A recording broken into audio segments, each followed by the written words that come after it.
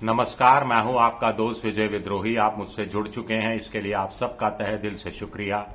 अगले 8 मिनट आपसे जुड़े रहने की कोशिश करूंगा। तो क्या कांग्रेस ने तय कर लिया है कि पंजाब में लगभग जीती हुई बाजी हार जानी है? क्या कांग्रेस ने तय कर लिया है कि उत्तर प्रदेश में बिना लड़े ही चुनाव हार जाना है और विपक्ष में बैठ जाना है? हम बात कर रहे हैं पंजाब और उत्तर प्रदेश के विधानसभा चुनाव से कुछ महीने पहले की ताजा स्थिति पर। पहले पंजाब की बात करते हैं। पंजाब में एक तरह से कहा जाए तो राहुल गांधी ने भला काम किया कि पीसीसी अध्यक्ष अमरिंदर राजा वारिंग को बना के रखा, कैंपेन कमेटी का अध्यक्ष चरणजीत सिंह चन्नी को बना दिया, एक अन्य नेताओं को जो बाजवा है वो पीसीसी जो अपोजिशन के नेता हैं, और एक और हिंदू नेता को उन्होंने एक अलग भूमिका दे दी। तो उनको लगा कि जट सिख भी हो गए, दलित सिख भी हो गए, हिंदू भी हो गए, मोने सिख भी हो गए, तो काम चल जाएगा। लेकिन आपस में ही लड़ मरे हैं लोग। और भूपेश बघेल जो प्रभारी हैं पंजाब के, उनको 5 दिन पंजाब में बिताने पड़ रहे हैं, उनको खास तौर से भेजा गया है। और ऐसे में जब वो जाते हैं तो चन्नी गायब हो जाते हैं। कहा जाता है कि चन्नी कैंपेन कमेटी के अध्यक्ष हैं, तो कैंपेन कर रहे हैं। आप चुनाव तो अभी बहुत दूर है, 6-7 महीने, तो अभी क्या कैंपेन कर रहे हैं? उनके समर्थक भी बैठक में नहीं आते हैं। कुछ लोग कह रहे हैं कि ये खेल अभी से खराब नहीं किया है कांग्रेस ने। दरअसल 2022 के विधानसभा चुनाव से पहले भी ये खेल खराब हो गया था, जब कई बैठकों का दौर चला। दिल्ली में लगातार बागी और असंतुष्ट बुलाए गए, तो बगावत को और ज्यादा सुर मिले।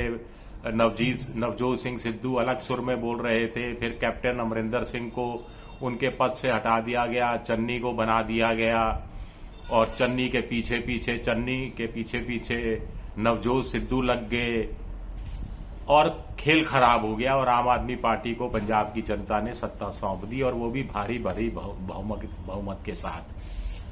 अब देखिए, एक तरफ रंधावा साहब हैं, सुखविंदरजीत सिंह रंधावा, जो राजस्थान के प्रभारी हैं, राजस्थान से ज्यादा समय पंजाब में बिता रहे हैं।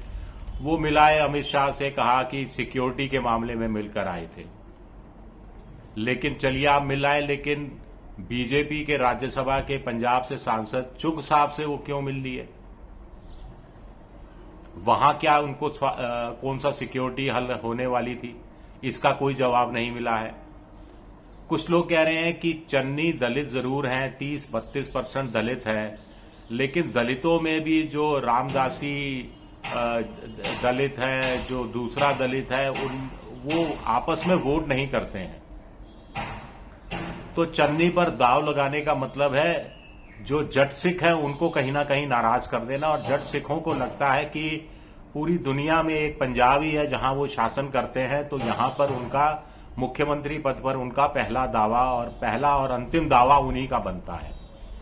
और जहां तक वारिंग साहब का है, तो उसके लिए ये कहा जा रहा है कि उनके साथ खुद की पार्टी के जट सिख भी उस तादाद में नहीं है जिस तादाद में राहुल गांधी सोच रहे थे। और प्रियंका और राहुल गांधी की जोड़ी ने ये सारी नए अपॉइंटमेंट्स किए हैं। अजय माकन कमेटी, मीनाक्षी नटराजन को भेजा गया, दौरे हुए, जिला अध्यक्षों से बात हुई, नीचे के स्तर पर मंडल पिंडों तक में गए, वहां तक बात की, वहां से फीडबैक लिया। और फीडबैक का ये नतीजा ऐसा निकला है कि जिसको जो पद दिया गया है वो उसी पद को लेकर नाराज है, और दूसरे की थाली में देख रहा है कि दूसरी की थाली में उसे खीर ज्यादा नजर आ रही है। फॉर्मूला ये निकाला जा रहा है पंजाब में कि राहुल गांधी के सामूहिक नेतृत्व में चुनाव लड़ा जाएगा, किसी को मुख्यमंत्री पद का दावेदार नहीं बनाया जाएगा। लेकिन लोगों की नाराजगी दूर नहीं हो पा रही है। ये एक पंजाब जैसी स्थिति को देखते हुए थोड़ा सा मामला कांग्रेस के लिए क्या गड़बड़ हो जाएगा, क्योंकि कांग्रेस की जीत की प्रबल संभावनाएं आज की तारीख में बताई जा रही हैं।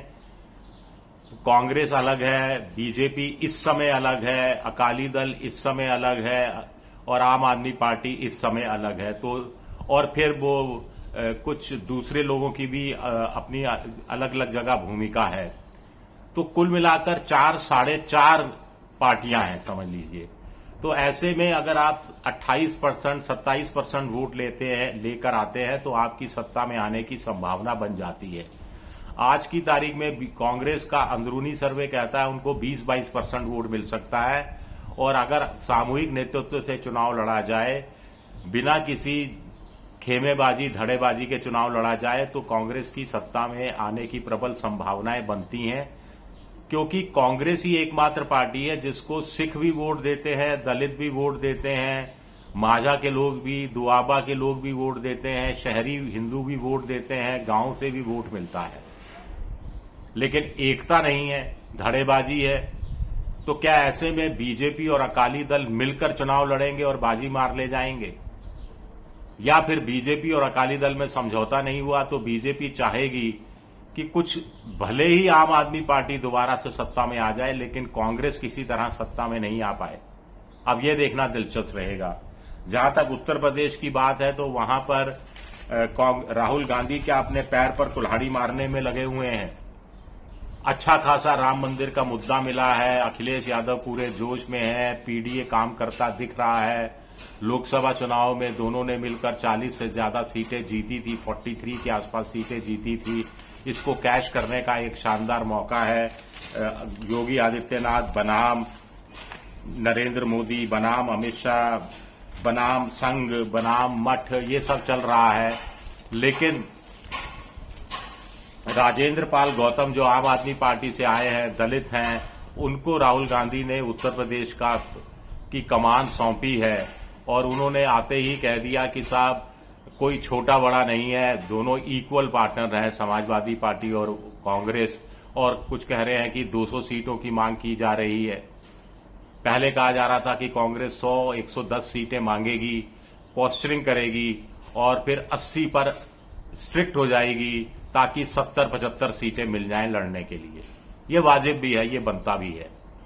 अब कहा जा रहा है कि राहुल गांधी को कहा जा रहा है कि साहब ये एंटी यादव, ओबीसी और एक्सट्रीम बैकवर्ड क्लास, अति पिछड़ा, ये कांग्रेस के साथ आने के लिए तैयार है। राहुल गांधी से कहा जा रहा है कि मायावती से दलित नाराज हैं, वो कांग्रेस के साथ आ जाएंगे और मुसलमान आ ही जाएंगे। तो क्यों ना वर्चस्व स्थापित किया जाए, क्यों ना 200 सीटें इस कारण से अखिलेश यादव से मांगी जाए। कुछ इस तरह की बातें राहुल गांधी को बताने की कोशिश की जा रही है। कुछ लोग तो ये भी कह रहे हैं कि राहुल गांधी पर दबाव है कि अजय राय की जगह किसी मुस्लिम को प्रदेश अध्यक्ष की कमान सौंप दी जाए। अगर ऐसा हुआ तो अखिलेश इसको कैसे सहन कर पाएंगे, ये अपने आप में बड़ा सवाल उठता है। उधर वहां पर एक और टीम प्रियंका गांधी, आपको ध्यान होगा लड़की हूं लड़ सकती हूं का नारा लगाकर प्रियंका गांधी चुनाव मैदान में यूपी के विधानसभा चुनाव में उतरी थी, बुरी तरह से फ्लॉप रही थी। वोट भी नहीं मिला था, सीटें तो बिल्कुल हाथ नहीं आई थी।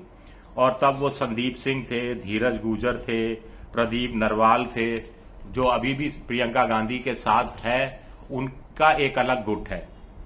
और जो कृष्णा अल्लावरू हैं, अनिल जयहिंद हैं, और कुछ फ्रीलांसर एडवाइजर हैं, राजेंद्र पाल गौतम हैं, ये राहुल गांधी के साथ हैं। और इनमें से कृष्णा अल्लावरू की बात की जाए या दूसरे नेताओं की बात की जाए, उन्होंने बिहार में कबाड़ा कर दिया था और गठबंधन का कबाड़ा कर दिया था। आरजेडी और कांग्रेस के बीच जो गठबंधन नहीं हो पाया, उसके लिए ऐसे नेताओं को इकोनॉमिक टाइम्स में एक खबर छपी जो है, उसके अनुसार जिम्मेदार माना गया था। और यही लोग क्या अब यहां सक्रिय नजर आते हैं नए तरीके से? ये भी अपने आप में बड़ा सवाल उठता है। राहुल गांधी शायद विदेश से अभी लौट के नहीं आए हैं, लौट के आएंगे तो उनको तत्काल पंजाब और उत्तर प्रदेश के मसले को सुलझाना ही पड़ेगा। शुक्रिया, बहुत बहुत शुक्रिया। देखिए, अमित शाह कह रहे हैं कि अगले कुछ महीने वो पंजाब में बिता सकते हैं। ये कांग्रेस के लिए बहुत बड़ी खतरे की घंटी है। अब आप सत्ता में रहना ही नहीं चाहते, सत्ता में आने के लिए संघर्ष करना ही नहीं चाहते, आप चाहते हैं घर बैठे सत्ता मिल जाए। तो बगल में जैसा हरियाणा का हाल हुआ था वही पंजाब में कांग्रेस का हाल हो, तो इस पे किसी को कोई ताज्जुब नहीं होना चाहिए। शुक्रिया मेरा वीडियो देखने के लिए। पसंद आए तो लाइक कर दीजिए, सब्सक्राइब कीजिए, शेयर कीजिए। आप मेंबरशिप ड्राइव में भी जा सकते हैं। शुक्रिया।